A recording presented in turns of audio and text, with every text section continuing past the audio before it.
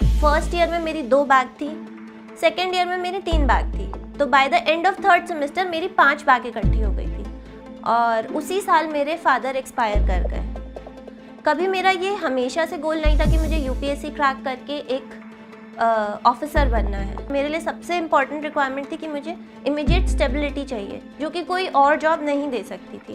15 दिन का मेरे पास टाइम था एमटेक के एग्ज़ाम्स ख़त्म होने और यूपीएससी के एग्ज़ाम के बीच। मैंने भी यही सोचा था 15 दिन में मैं कौन सा यूपीएससी निकाल लूँगी, जब मैंने 2 बार इतनी प्रिपरेशन के साथ मेरा मार्क्स से थोड़े मार्क्स से रह गया। ये चीज़ मैंने अपनी सीख ली थी, अपने जहन में बिल्कुल बिठा ली थी कि सीखिए स्पोकन इंग्लिश, पर्सनालिटी डेवलपमेंट और बहुत कुछ इंडिया के टॉप एक्सपर्ट्स के साथ। आज ही जोश स्किल्स ऐप पर अपने मनपसंद कोर्स को शुरू करिए। Download the app today. Thank you. नमस्ते दोस्तों, मेरा नाम श्रुति शर्मा है। मैं एक आईएएस ऑफिसर हूँ और करंटली मैं असिस्टेंट डायरेक्टर की पोजीशन सर्व कर रही हूँ रक्षा मंत्रालय में।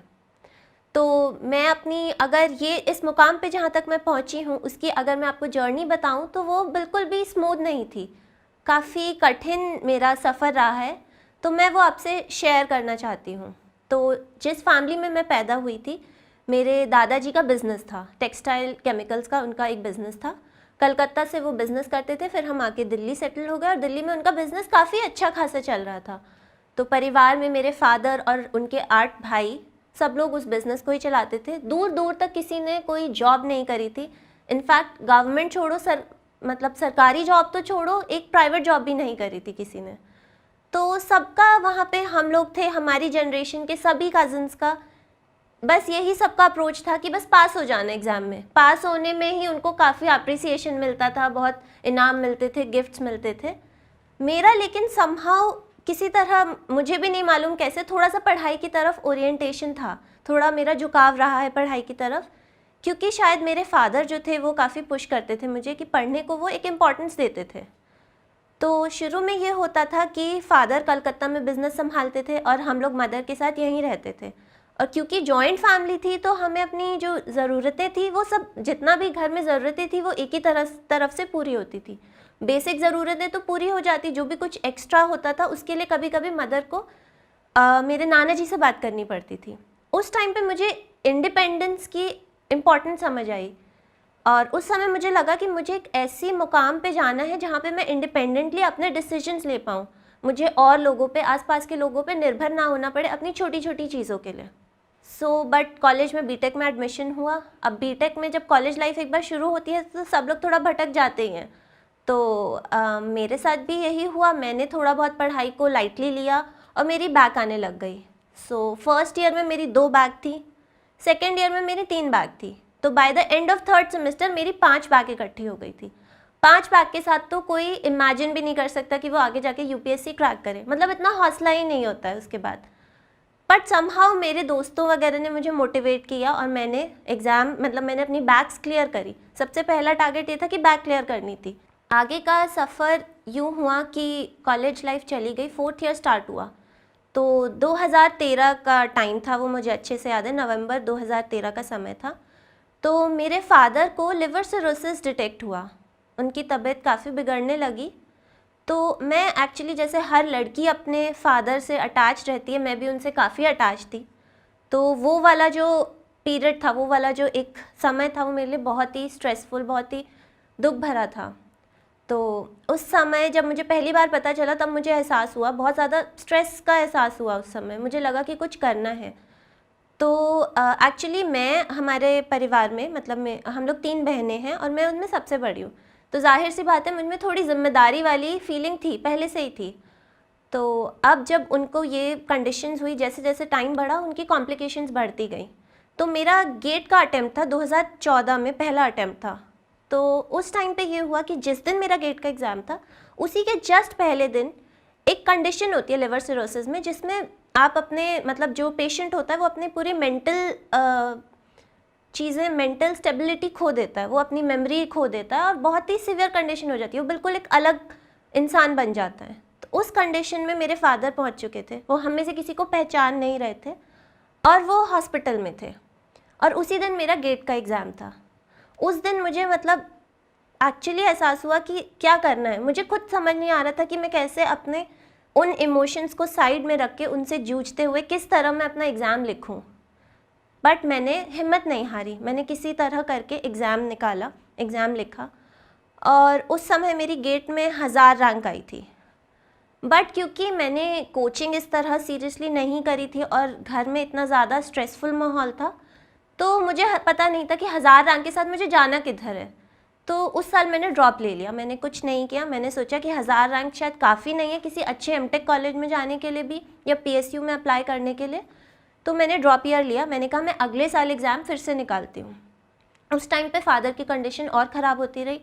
वो जो 1 साल का दौर था 2014 से 15 का दौर, उस टाइम पे मुझे दोनों चीज़ों से जूझना था। एक तो अपने फादर की इलनेस जो कि एक कॉन्स्टेंट स्ट्रगल थी, प्लस एक अपने करियर को भी सेटल करना था, क्योंकि वो पीक टाइम था जब करियर सेटल करना होता है। उस टाइम में मैंने किसी तरह करके अपनी तैयारी कंटिन्यू रखी और 2015 में मैंने गेट का एग्ज़ाम काफ़ी अच्छी रैंक से निकाल लिया। 2014 में मैंने फर्स्ट टाइम यूपीएससी वैसे ही एग्ज़ाम लिख लिया था, यूपीएससी का इंजीनियरिंग सर्विसेज एग्ज़ाम। दोस्तों के कहने पे मैंने वैसे ही एक अटैम्प्ट दिया और मेरा बाय चांस सिर्फ 2 मार्क्स से रहा। तो उस टाइम मुझे लगा कि शायद एक जॉब सिक्योर करने के लिए मैं एग्ज़ाम दे सकती हूँ। तो मैंने फिर अगले साल भी मैंने सोचा कि अगले साल इसको और मेहनत करके दिया जाए तो शायद मैं एग्ज़ाम निकाल लूँ और मेरे पास एक जॉब हो जाएगी। कभी मेरा ये हमेशा से गोल नहीं था कि मुझे यूपीएससी क्रैक करके एक ऑफिसर बनना है, बट क्योंकि मुझे एक जॉब की रिक्वायरमेंट थी और मेरे लिए सबसे इम्पॉर्टेंट रिक्वायरमेंट थी कि मुझे इमीडिएट स्टेबिलिटी चाहिए जो कि कोई और जॉब नहीं दे सकती थी, तो मैं इसी की तरफ बढ़ी आगे। 2015 में मैंने बहुत ही मेहनत के साथ ये एग्ज़ाम दोबारा से दिया और मेरा फिर से 7 मार्क्स से रह गया और उसी साल मेरे फादर एक्सपायर कर गए। तो ये वाला पीरियड मेरे लिए एक्चुअली बिल्कुल मैं टूट चुकी थी उस टाइम पर। मुझे समझ नहीं आ रहा था और मुझे ये लगा कि शायद मेरे डेस्टिनी में ही नहीं है कि मुझे ईएस बनना भी है। और वो टाइम मेरे लिए काफ़ी, मैं बिल्कुल ये मान लो कि मैं बिल्कुल डिप्रेशन में ही जा चुकी थी 2-3 महीने के लिए। तो 2016 में मैंने दोस्तों के ही कहने पे एक बार फिर से आखिरी बार दोबारा यूपीएससी ईएस का फॉर्म भर दिया और उस टाइम की बात ये है कि 15 दिन का मेरे पास टाइम था एमटेक के एग्ज़ाम्स ख़त्म होने और यूपीएससी के एग्ज़ाम के बीच के दिनों का। उस टाइम पे मैंने डिसाइड किया कि 15 दिन का ही टाइम है मेरे पास, जितना भी टाइम है मैं उसमें अपने पूरी एनर्जी डाल देती हूँ, पूरी जान झोंक देती हूँ। उसके बाद देखती हूँ अगर नहीं हुआ तो फिर वैसे ही ठीक है, तो मान लेंगे कि किस्मत में नहीं था। तो मैंने अपने आप को बिल्कुल अपनी पूरी जान लगा दी प्रिपरेशन में। उन 15 दिन के समय में मुझे याद है कि मैं हर दिन सिर्फ 2 घंटे की मैंने नींद ली है और मैंने किसी भी तरह करके, इतना वास्ट सिलेबस होता है जो भी ईएससी देता है, उन्हें पता है कि सिलेबस 15 दिन के लायक का नहीं होता।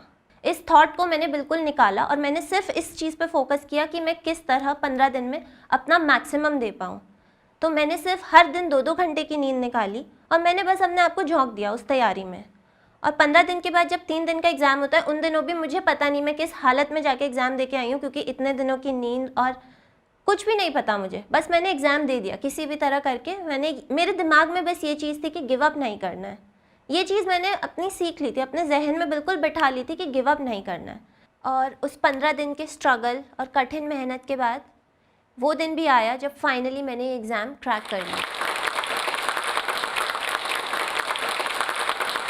तो मैं अपनी स्टोरी से सिर्फ ये मैसेज आप सबको देना चाहती हूँ कि कभी गिव अप नहीं करना। कितनी भी कठिन परिस्थितियाँ हों, कितनी भी मुश्किलें हों, आप कभी भी गिव अप वाली चीज़ अपने दिमाग में मत आने देना। कभी भी लॉजिक को इस चीज़ में मत डालना। कभी भी आपको प्रैक्टिकली लगेगा चीज़ें इम्पॉसिबल है, हो ही नहीं सकता।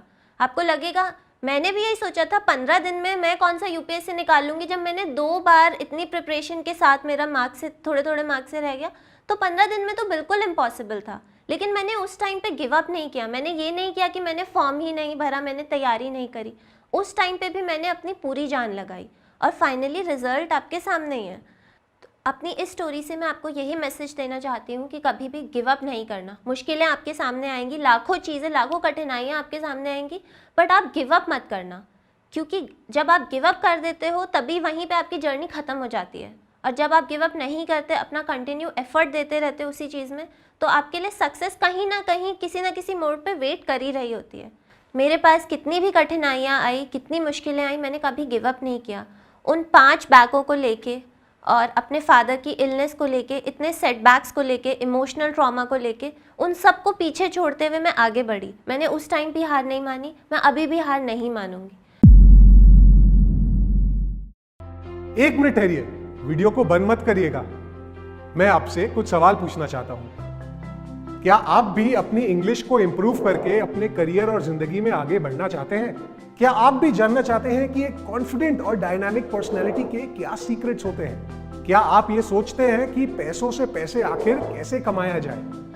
अगर इनमें से कोई भी सवाल का जवाब हाँ है, तो जोश टॉक्स के पास हमारे लिए एक सुझाव है। जोश टॉक्स हमारे लिए लाया है जोश स्किल्स ऐप, जहां पर डिटेल्ड और इंटरैक्टिव कोर्सेज के साथ हम विभिन्न टॉपिक्स को समझ सकते हैं और अपनी जिंदगी में आगे बढ़ सकते हैं। और तो और जोश स्किल्स ऐप पर ऐसे 50 से ज्यादा कोर्सेज हैं जिन्हें देश के जाने माने एक्सपर्ट्स ने बनाया है, और वो हमें daily video lessons, assignments, tests और पीडीएफ नोट्स के साथ सिखाएंगे। जोश स्किल्स ऐप पर आज 1,20,000 से ज्यादा लोग spoken English, personality development, computer skills जैसे अलग अलग विभिन्न टॉपिक्स को सीख रहे हैं और अपने अगले जॉब और अपनी जिंदगी के लिए तैयारी कर रहे हैं। अगर आप चाहते हैं कि आप अपनी जिंदगी में आगे बढ़े, अपने करियर गोल्स को अचीव करें और जिंदगी में कुछ बड़ा करें, तो आज ही डाउनलोड करें जोश स्किल्स का ऐप और अपने पहले कोर्स की शुरुआत करें। आपसे